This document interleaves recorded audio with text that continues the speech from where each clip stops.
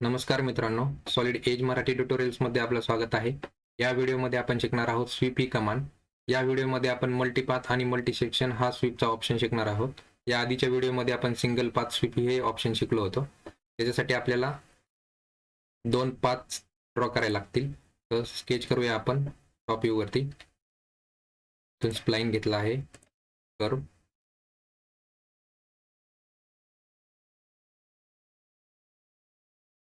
त्याला असा ड्रॉ केलेला आहे.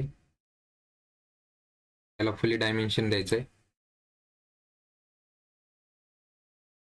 250 mm. तसेच अजून एक आपल्याला पाथ ड्रॉ करायला लागेल.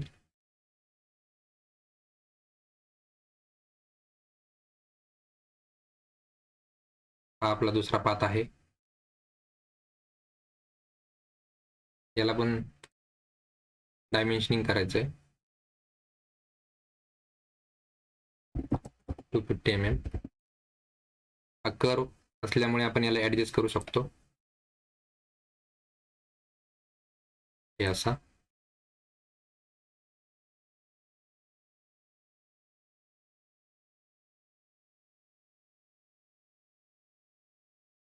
क्लोज करायचं स्केच, फिनिश. आता याच्या परपेंडिक्युलर प्लेनवरती आपल्याला स्वीप प्रोफाईल स्केच करायची आहे. हा राईट प्लेन आपल्या ह्या पाथला परपेंडिक्युलर आहे, त्याच्यामुळे आपल्याला राईट प्लेनवरती स्केच करायचं आहे. स्केच राईट प्लेन सिलेक्ट केला. आता इथे आपण 3 पॉईंट रेक्टँगल घेऊया. 3 पॉईंट रेक्टँगल आणि इथे हा पहिला पॉईंट, हा दुसरा पॉईंट, हे आपण हा तिसरा पॉईंट घेतलेला आहे. त्याला आपण 25 mm डिस्टन्स देऊया. तसेच याच्यावरती आपण एक 3 पॉईंट आर्क ड्रॉ करूया.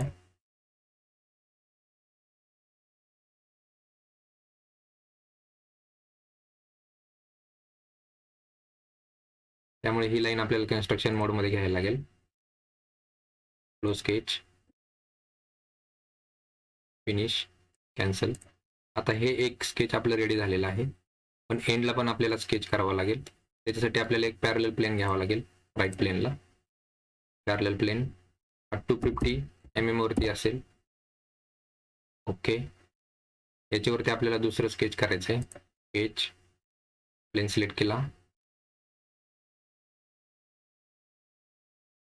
इथून 3 point rectangle,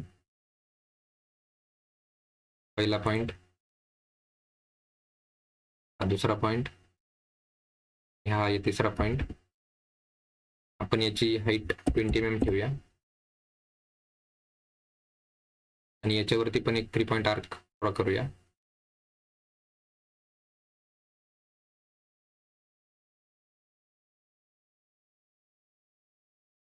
first point, second point, third point.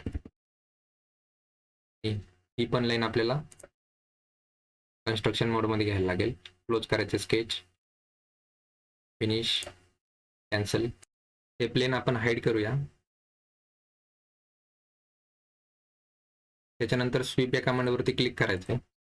त्याच्यावरती क्लिक केल्यानंतर हे ऑप्शन सगळे आपण पहिल्या व्हिडिओमध्ये बघितले होते सिंगल पाथ अँड क्रॉस सेक्शनमध्ये.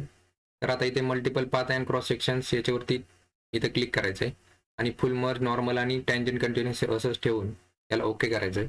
ओके केल्यानंतर पहिला पाथ सिलेक्ट करून त्याला ओके करायचं आहे. त्याच्यानंतर दुसरा पाथ सिलेक्ट करून त्याला पण ओके करायचं आहे. त्याच्यानंतर इथे नेक्स्ट करायचं आहे आणि आपला जो स्केच प्रोफाईल आहे तो पहिला त्याला सिलेक्ट करायचा आहे आणि दुसरा पण सिलेक्ट करायचा आहे. ते सिलेक्ट केल्यानंतर इथं प्रिव्ह्यू करायचं आहे. आपण बघू शकतो की सॉलिड स्वीप ही कमांड, मल्टी सेक्शन, मल्टीपाथ ही कमांड इथे यूज झालेली आहे. तसेच आपण याला ट्विस्ट देखील करू शकतो. तो करण्यासाठी इथे एडिटमध्ये जायचं आहे, एडिट डेफिनेशन, आणि इथे ऑप्शन आहे वर्टेक्स मॅपिंग. याला क्लिक करायचं आहे. याला क्लिक केल्यानंतर आपण हा जो वर्टेक्स आहे याला डिलीट करूया आणि ते ॲड करण्यासाठी 2 पॉईंट सिलेक्ट करायचे आणि हा, आणि याला क्लोज करायचं आहे. क्लोज केलं आणि फिनिश केलं की आपण बघू शकतो की आपला जो स्वीप आहे हा ट्विस्ट झालेला आहे.